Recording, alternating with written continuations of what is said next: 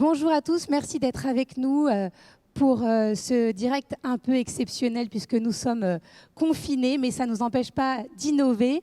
Je suis ravie de recevoir aujourd'hui 4 startups très talentueuses et comme vous pouvez le voir, on a la parité, ce qui n'est pas toujours le cas. Donc 2 hommes, 2 femmes. Alors à mes côtés, on va commencer par Laurence. Bonjour Laurence, qui est la fondatrice de Cantelia. Vous allez nous expliquer ce qu'est cette solution et comment vous rebondissez dans cette période de confinement. À côté de moi, Julien, on va dire, vous n'êtes pas fondateur, vous avez repris la Maison de la Mousse. Voilà, co-repreneur, exactement, de la Maison de la Mousse. Et on découvrira ce que c'est que cette start-up.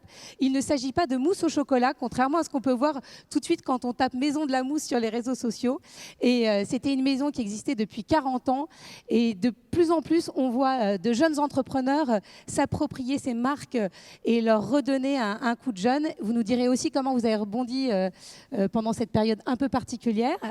À ma gauche, Guillaume Luletier, une des figures de la région, puisqu'il est fondateur de la Boule Historique, cofondateur de Carzo et Liotier. Il ne cesse d'intervenir et d'avoir des idées innovantes. Donc aujourd'hui, on parlera de Carzo et Liotier et comment, en cette période, effectivement, les réseaux sociaux peuvent nous aider à rebondir. Mais c'est déjà comme ça que vous vous étiez fait connaître pour la marque de montre. Et enfin, Fanny.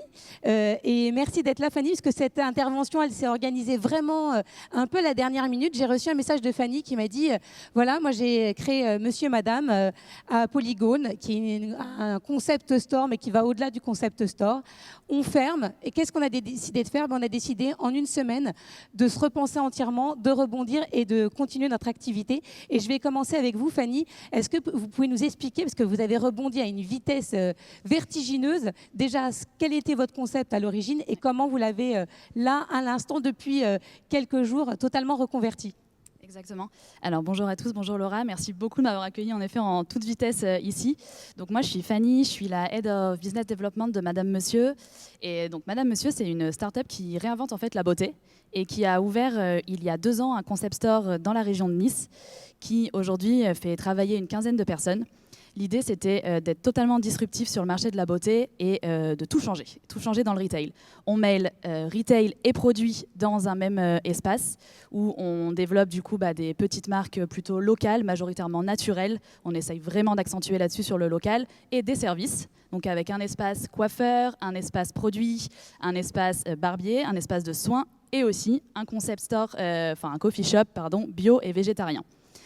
On a pour ambition de totalement se développer, de tout changer. Et comme beaucoup, le premier confinement et comme tous les acteurs du retail, on a beaucoup souffert, on a dû fermer, on s'est réinventé, on a développé un petit peu notre e-shop, mais pas assez.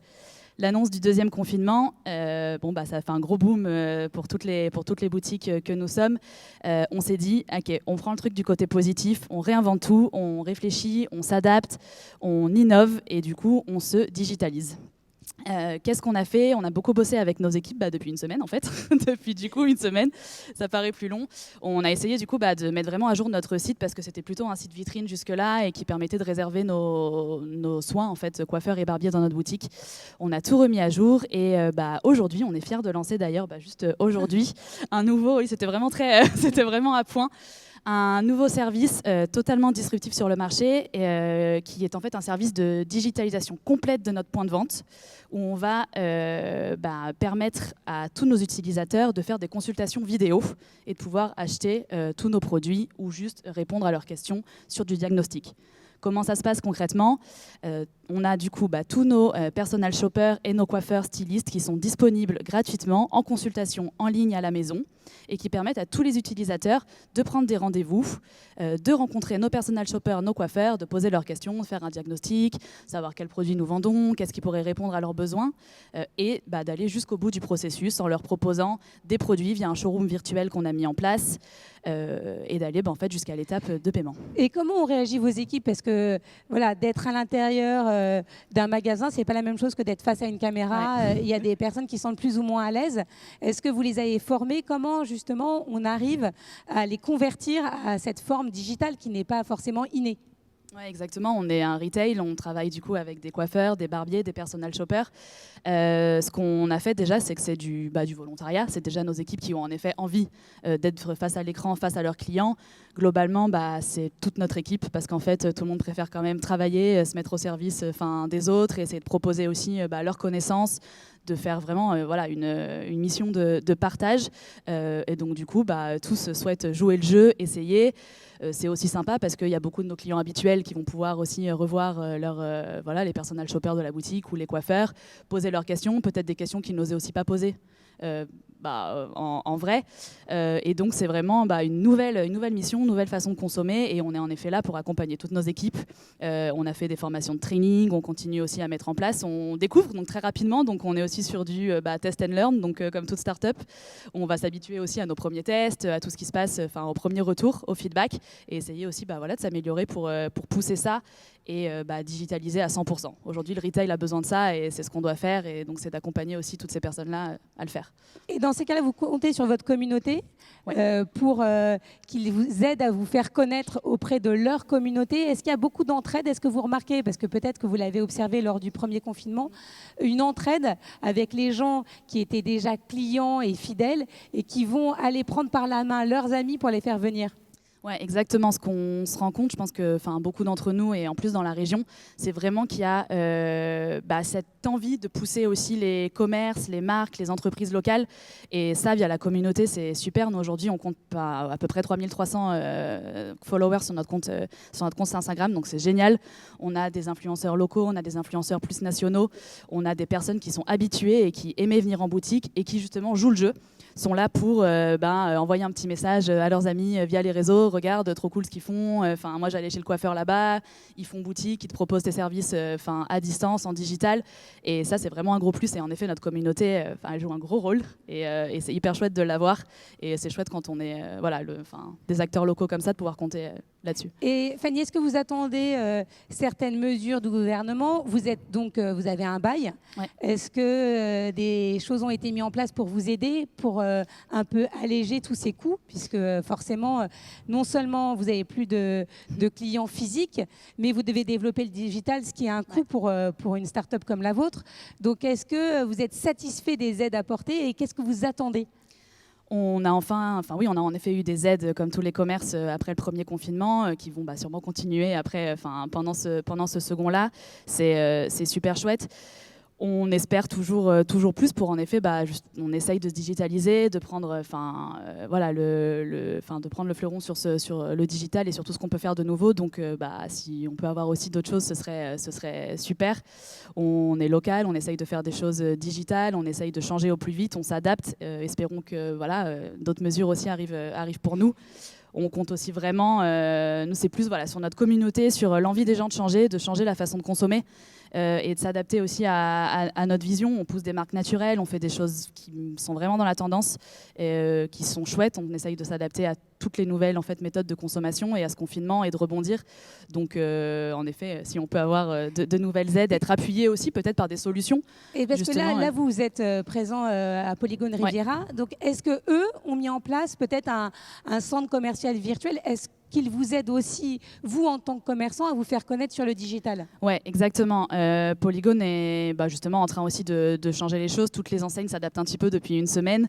Donc il y a beaucoup de click and collect à Polygone en ce moment, qu'on va aussi débuter nous semaine prochaine pour tous les clients qui préféreraient venir chercher leurs produits directement dans l'enseigne, en plus de livrer gratuitement tous les produits qu'on a à notre disposition. Polygone communique pas mal. C'est un fort acteur de la communication sur la région aujourd'hui. Communique sur les enseignes qui font du click and collect, les anciennes qui font de la livraison, remettre un petit peu en avant toutes les enseignes, et encore plus nous parce qu'on n'est pas une chaîne, on est indépendant, donc ça c'est chouette aussi d'être un des rares acteurs indépendants à Polygone. Donc ils nous aident là-dessus et on espère être aussi soutenus au maximum pendant cette période. Merci beaucoup Fanny, on rappelle le nom du site? Oui, madamemosieur.com. Merci. Guillaume, donc oui. Carzo et Liotier, c'est les premières montres fabriquées entièrement à Nice, c'est ça? Voilà, alors elles sont assemblées, designées à Nice. Après, il y a certaines machines qu'on n'a pas encore à Nice. On a réussi, entre guillemets, le challenge, on a relevé le challenge de monter une horloge à Nice intégralement. Par contre, de la créer, de l'usiner, de l'assembler à Nice. La montre, encore pour certaines pièces, sont faites à l'étranger. Voilà. Mais tout ce qui peut être fait en France est fait en France. Et on a à terme la volonté de relocaliser un maximum de choses qu'on a déjà commencé, nous, à acheter des machines, nous permettant de maintenant de ne plus avoir à sous-traiter certaines pièces de la montre. Et Donc, alors, progressivement. comment on passe de l'événementiel, puisqu'au départ, vous, c'est quand même votre premier métier. Il y a eu, je sais, un passage dans l'hôtellerie, mais comment on passe de l'événementiel à fabricant de montres? Parce qu'il y a quand même un gap, c'est pas tout à fait le même secteur. Alors déjà, il faut un bon associé. Et faire les deux en même temps, parce que je précise que c'est pas, on délaisse pas un métier pour un autre, on mène les deux de front. Voilà, il faut un très très bon associé qui s'appelle Monsieur Carzo, qui lui a toute l'expertise de design, d'horlogerie. Et c'est vrai qu'on se connaissait avant, on avait roulé en moto avant, puisque les montres sont d'inspiration motocycliste, uniquement en termes du traitement de surface des pièces. Et c'est vrai qu'il est venu me voir un jour en disant écoute, tu voudrais qu'on fasse des montres ensemble? Et ma première question, c'était parce que tu sais faire des montres? Il me dit ouais, je vois pas pourquoi je ne saurais pas, je sais bien créer une moto. C'est une question d'échelle, je vais pouvoir créer une montre. Et il a réussi en effet à créer une montre et un design unique. Toutes les pièces de la montre sont designées par lui. Et c'est vrai qu'on voyait en fait des grandes marques horlogères arriver qui n'avaient aucun ADN ni sur la moto ni sur notre univers et qui arrivaient voilà, en utilisant nos codes. Et on s'est dit voilà, moi entre la com et lui, entre le design, et on était parfaitement complémentaires parce qu'une idée de génie, elle sert à rien en fait dans le désert, elle sert à personne. L'idée de génie, c'est de trouver le bon associé. Voilà. Après des idées, on a des super bonnes, on en a 1000 par jour. Donc c'est vrai qu'après, il faut trouver des bons associés, une bonne équipe qui fonctionne. Et la montre est fabriquée en France, donc à Nice, en grande partie. Est-ce que ça, c'est un vrai argument de vente aujourd'hui? Et comment c'est perçu sur les réseaux? Parce que c'est comme ça. Peut-être on peut raconter très brièvement comment a été lancée la marque, parce qu'elle a été lancée via le digital. Exactement. Alors nous, ça a été un schéma inverse. C'est qu'on a d'abord existé par le digital et ensuite on a ouvert une boutique à Nice, donc rue Droite à Nice, dans Vieux-Nice.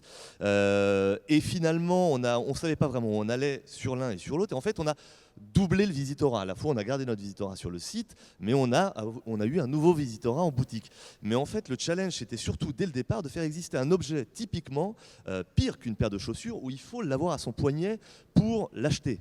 Et nous, on a dit, voilà, on ne fait que du digital. On est financé par des sites de financement collaboratif, mais qui en fait sont une très bonne chose. Parce que quand on est un créateur, qu'on n'a pas des financements énormes, vous êtes quoi? Vous êtes confiné. Donc on a toujours été confinés, nous on est habitués à être confinés et à communiquer via les réseaux sociaux. C'est ce qui a été une révolution pour nous, réseaux sociaux et des sites de financement collaboratif qui n'existaient pas avant. Donc en fait les choses sont qu'il y a 10 ans, on n'aurait jamais pu faire ça. On n'aurait jamais eu des sites de financement collaboratif qui auront permis à la fois de récolter des finances, nous permettant de monter la marque, et en même temps de faire une étude de marché en voyant ce que les gens préféraient comme modèle. Et puis de se créer une communauté, parce qu'aujourd'hui, on voit de plus en plus de startups qui naissent et qui se disent nous, c'est même pas une question qu'on recherche des fonds, c'est une façon de tester ses produits, d'avoir des retours et de se bâtir une communauté. Donc c'est assez fondamental. Ouais.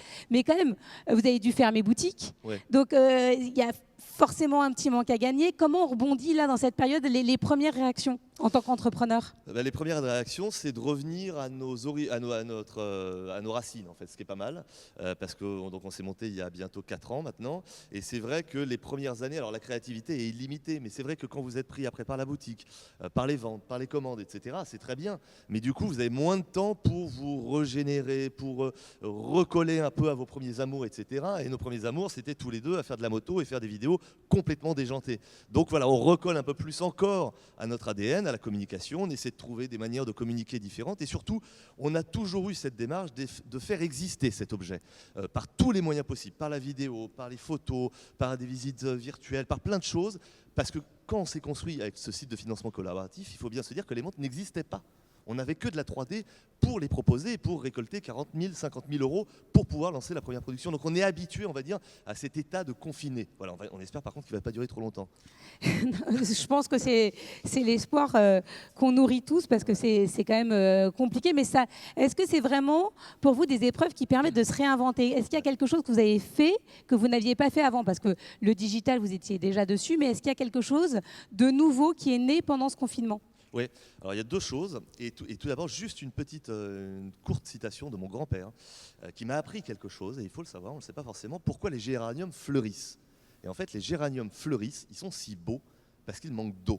c'est en souffrance qu'ils sont aussi beaux. Et ben, l'esprit humain, moi je trouve qu'il a été pareil pendant ce premier confinement et ce deuxième confinement, c'est qu'on a vu des choses magnifiques parce qu'on a été en état de souffrance. Donc on a dû se repousser dans nos retranchements et créer des belles choses. Voilà, c'est la petite parenthèse. Et donc, qu'est-ce que vous avez voilà, il y a eu créé? deux choses. La première, c'est essayer de relocaliser, ce qui est un vrai challenge, un maximum de notre production, non seulement en France, mais à Nice, parce qu'on ne parle même pas d'une fabrication française, nous on parle d'une fabrication niçoise. On est plus dans le régionalisme encore que même sur le côté national. Et on a commencé à acheter des machines, en fait. On a pris des risques, on a acheté des machines qui nous permettent maintenant, par exemple, d'usiner le cadran, donc la partie qui est au centre de la montre. On peut usiner nos propres cadrans en interne, ce qui n'a jamais été fait a priori. On peut créer des modèles uniques aussi. On a collaboré avec justement la personne, et ça c'est lié au deuxième projet, avec qui on a fait l'horloge, LF Industrie, qui lui n'avait jamais fait de montre. Il ne fait que des immenses et des grands formats. Même l'horloge qu'on a fait en 60 cm par 60 cm, c'est un petit format pour lui. Et on va pouvoir créer des modèles uniques en petite série avec lui à Nice. Voilà. Et est-ce que, dernière question, on a vu beaucoup de sites et beaucoup de startups faire de la précommande, c'est-à-dire on arrête de faire du stock, on met en avant les produits sur notre site et on voit les personnes qui sont intéressées, on fabriquera 50, 100 exemplaires, mais on fait de la précommande parce que c'est finalement plus responsable et ça permet aussi de prendre moins de risques. Est-ce que vous en avez fait pour certaines montres? Est-ce que vous allez continuer d'en faire? Et est-ce que pour vous, c'est un levier de croissance? Alors oui, ça a été vraiment, en fait c'était justement déjà le principe de Kickstarter, qui était le site de financement collaboratif par lequel on est passé. Et après, on l'a refait, si mes souvenirs sont bons, 2 fois ou 3 fois sur des modèles uniques, notamment une Black Edition, sur des modèles épuisés, moi qui vous suis depuis le départ. Qu'on ne peut plus avoir. Et en fait, voilà, on adore jouer sur ce côté-là, collectionneur, pas forcément. Si on s'intéresse aux montres, on s'intéresse aux motos, aux voitures, aux chaussures. Enfin, les hommes, nous, on n'a pas beaucoup de moyens de s'exprimer, d'aller un petit peu loin dans la tenue, voilà, et dans l'accompagnement. Donc ouais, on aime jouer là-dessus, mais plus. Alors certes pour le financement au début, aussi pour ce côté collectionnaire et pour exciter un peu tout le monde et nous-mêmes, pour ce côté challenge aussi. Là, on va le refaire sur un modèle, mais par contre, ça va pas être de dire parce qu'on a vu que notre seconde campagne Kickstarter a été moins bien reçue, et c'était assez logique justement parce que les personnes se sont dit bon écoutez, on vous a soutenu sur la première, je pense que vous avez peut-être pas besoin de nous sur la deuxième. Donc faut aussi prendre ça en compte, faut l'entendre, et donc on va dire voilà, on ouvre les réservations qu'on produira par cette petite quantité, cette nouvelle solution qu'on a trouvée à Nice. On ouvrira les réservations pendant un certain nombre de temps, et on produira le nombre exact de ce qui a été commandé. Donc là, on joue encore plus dans le côté collector. Merci beaucoup. Merci. Alors, je ne sais pas si on peut précommander sur votre site et sur votre plateforme. Déjà, on va présenter un peu. C'est même pas une start-up parce que comme vous reprenez quelque chose qui existe, mais vous l'avez modernisé. Alors, c'est quoi la maison de la mousse? Parce que tout le monde se demande ce que c'est. Alors, la maison Vu que c'est pas de la mousse au chocolat. C'est pas de la mousse au chocolat et c'est pas non plus une bière. Et ni de la mousse pour le bain, parce que tout Ni est de la possible. mousse pour le bain. Donc la Maison de la Mousse, c'est une institution niçoise qui a été créée en 79 et qu'on a repris avec Juliane, ma compagne, il y a 2 ans, et qui est une entreprise spécialisée dans l'agencement et l'aménagement sur mesure à base de mousse et du tissu qui va autour. Donc pour faire un peu plus simple, on est tapissier d'ameublement, sellier, et on est devenu en plus, on en parlera peut-être un peu après, menuisier ébéniste depuis très peu de temps. Tout ça fait à Nice, dans nos ateliers niçois. Voilà. Et qu'est-ce qui fait qu'on reprend une entreprise comme celle-ci? Est-ce qu'il y a un lien familial? Est-ce que vous aviez l'habitude, vos parents, d'être clients dans cette institution? Parce que quand même, c'est un secteur de niche, Julien, il faut quand même le reconnaître. Clairement. En fait, c'était un projet de couple. Avec ma compagne, on vient de milieux totalement différents. Elle de la finance et moi du milieu de l'entreprise, de la communication auparavant. Et on avait envie de se retrouver sur un projet, une entreprise qui avait du sens, qui fabriquait, qui avait un savoir-faire. Et on a trouvé cette institution qui allait quasi fermer, qui avait 2 salariés en interne. Aujourd'hui, on est 6. Et voilà, on voulait redonner vie à une entreprise avec un savoir-faire sur le territoire niçois. Et c'est ce qu'on a fait. Et on est ravis de cette aventure. Et comment ça a été reçu par les clients existants et comment vous avez démarché de nouveaux clients? Est-ce que le digital a été pour vous un accélérateur de croissance? Ouais. Alors, dans un premier temps, nous, on a accompagné le cédant. On a fait les choses un peu à l'envers, on a été là un peu avant, donc ça nous a permis de connaître un peu la clientèle, qui était essentiellement B2C, donc pour les particuliers. Et quand ils ont su que la Maison de la Mousse allait poursuivre, ils étaient tous ravis. parce qu'ils avaient peur que cet endroit, cette institution ferme et de ne plus savoir où venir faire son matelas, son assise de canapé, ses rideaux, sa tête de lit ou la bâche du bateau. Là, ils étaient déjà ravis de se dire Juliane et Julien, ils vont poursuivre l'aventure. Et après, comme toute ancienne entreprise qui était créée en 79, elle n'était pas super en place sur Internet. Donc ça a été une première mission, nous, de lui redonner vie, de remettre à jour toute l'unité, tout l'univers. Et d'être présent. Et d'être présent aussi. Il y avait juste un site vitrine qu'on a modernisé. Et puis là, le coronavirus phase 1 et phase 2 qu'on est en train de vivre nous pousse encore plus vite que prévu à vraiment mettre en place notre site de e-commerce et nos produits en propre, notre marque propre, et de créer des matelas, des coussins, des têtes de lit avec notre marque Maison de la Mousse qu'on vendra très prochainement sur le site internet. Parce que là, est-ce que vous êtes, comment ça se passe? Est-ce que vous avez mis en place un dispositif de click and collect? Qu'est-ce que vous avez le droit de faire? Forcément, les portes sont closes, mais pour les particuliers ou même des entreprises qui ont besoin de faire appel à vous, est-ce qu'elles peuvent continuer de le faire? Bien sûr. Et comment ça fonctionne? Aujourd'hui, nos ateliers, donc on est à l'est de Nice, 350 mètres carrés. Nos tapissiers, selliers et menuisiers continuent à travailler. On est toujours ouvert, mais comme vous venez de le dire, rue Barla, notre showroom est fermé. On ne peut plus accueillir personne. Donc, email, téléphone, site internet, ils nous contactent via les formulaires et ils nous demandent ce dont ils ont besoin. On se déplace, on va chez eux, on prend les cotes, on prend les dimensions, on ramène les projets chez nous, on les produit, on les rénove et puis on les ramène à nos clients. Donc ça, on peut toujours le faire. Après, aujourd'hui, l'accélération pour nous, c'est surtout dans la création de nos propres produits, les matelas, les têtes de lit, les sunbeds pour cet été, des poufs. Et c'est d'aller au-delà de la région, c'est de vous faire connaître et qu'on puisse commander vos produits partout en France, parce que c'est quand même des produits encombrants. Alors maintenant, il y a plein de sites internet qui proposent des matelas et vous faites livrer partout en France, donc ça ne doit pas être un frein. Donc vous ambitionnez d'aller bien au-delà de la région? Alors dans un premier temps, tout ce qui va être gros volume, matelas, sunbed, on va rester sur du marché régional, sur notre région. Et après, pour tout ce qui est coussins, têtes de lit, pour les coussins, les têtes de lit, nos poufs, là on peut envoyer partout en France. Alors on en parle, on dit aujourd'hui on a une vraie nécessité de s'engager, d'être responsable. Est-ce que quand vous avez repris cette entreprise, les matériaux utilisés étaient éco-responsables? Est-ce que vous avez justement apporté votre touche sur ce côté plus green? Bien sûr, ça a été le gros travail de Juliane, ma compagne, de vraiment développer le textile français, éco-responsable, les mousses aussi. Maintenant, on travaille avec des mousses à base de soja bio, ce qui n'était pas le cas avant. Donc voilà, on essaye de faire toujours plus, un peu comme mes collègues qui ont parlé précédemment, on essaye de faire toujours plus, toujours mieux. Nous, c'est vrai qu'on a racheté cette entreprise avec cette démarche et aujourd'hui, avec les crises, on se rend compte que le Made in France revient encore plus qu'avant, et nous, c'est même du Made in Nice. Et que les gens veulent consommer localement. C'est notre cas. Vous pouvez dormir sur un matelas Maison de la Mousse qui est fait juste zone de la Lovette à Nice. On vous le livre, vous le lavez demain et vous dormez sur un matelas niçois. Moi, je pense qu'on va tous dormir sur des matelas niçois très très rapidement. Je passe à vous, Laurence. Donc vous, c'est en plus une femme à la tête d'une start-up quand même bien spécifique, puisque vous proposez une solution qui fait plutôt de la gestion et de l'analyse de données. Est-ce que vous pouvez nous décrire ce que vous faites en quelques mots ? Oui, bien sûr. Alors, Quantilia, c'est une start-up de la FinTech. Donc, on est dans un secteur assez différent de ce qui a été évoqué jusque-là. On a créé la société il y a 3 ans avec mes 2 associés. On est basé dans le centre-ville de Nice et aujourd'hui, on est 7. L'activité qu'on a est du B2B, donc à destination des entreprises. On commercialise un logiciel d'analyse de données et de gestion de portefeuille d'investissement pour investisseurs institutionnels. Alors dit comme ça, c'est pas très sexy, ça peut faire peur. Mais ça aide beaucoup. D'après tout ce que j'ai lu. Et surtout, comment vous aider en ce moment dans cette période si particulière? Parce que vous, c'est un peu l'inverse. C'est-à-dire que vous n'avez pas besoin, vous n'avez pas de magasin à ouvrir, tout le monde peut travailler et on a encore plus besoin de vous. Donc c'est presque un accélérateur de croissance pour vous. Oui, tout à fait. C'est vrai qu'on n'a pas du tout les problèmes de fermeture administrative et même plus encore, on est tout à fait équipé pour télétravailler. Donc tous les salariés travaillent aujourd'hui, ce qui est une bonne chose pour eux et pour nous.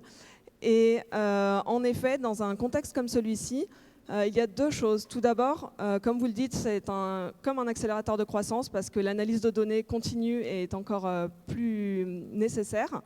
Et par ailleurs, notamment pendant le premier confinement, on a décidé de lancer un projet original qui rejoint un petit peu ce qu'on vient d'entendre jusque-là, c'est-à-dire que les Français veulent plus de Made in France. Et on a décidé pendant le premier confinement d'évaluer les entreprises, en particulier les grosses entreprises du CAC 40 par exemple, pour voir celles qui montraient une certaine forme de patriotisme et d'aide à la collectivité en ces temps si difficiles. Donc on a collecté beaucoup de données sur tous les réseaux sociaux, sur les communications officielles des entreprises. Et on a crunché toutes ces données et établi une méthodologie originale pour les évaluer et ensuite prendre contact avec elles pour essayer de mieux comprendre leur motivation et de voir comment on peut travailler tous ensemble à une meilleure finalement, société et un meilleur climat plus Made in France. Donc là, on peut faire appel à vous justement pour, finalement, c'est une sorte d'audit que vous faites spécifique pour ces entreprises. Pour l'instant, vous n'avez pas publié, il n'y a pas de résultats publiés, elles gardent ces données confidentielles. Vous êtes là vraiment pour les accompagner et les aider à faire mieux et non à les culpabiliser, je suppose. Oui, oui, tout à fait. Pour les ETI, en effet, c'est plus dans cet esprit.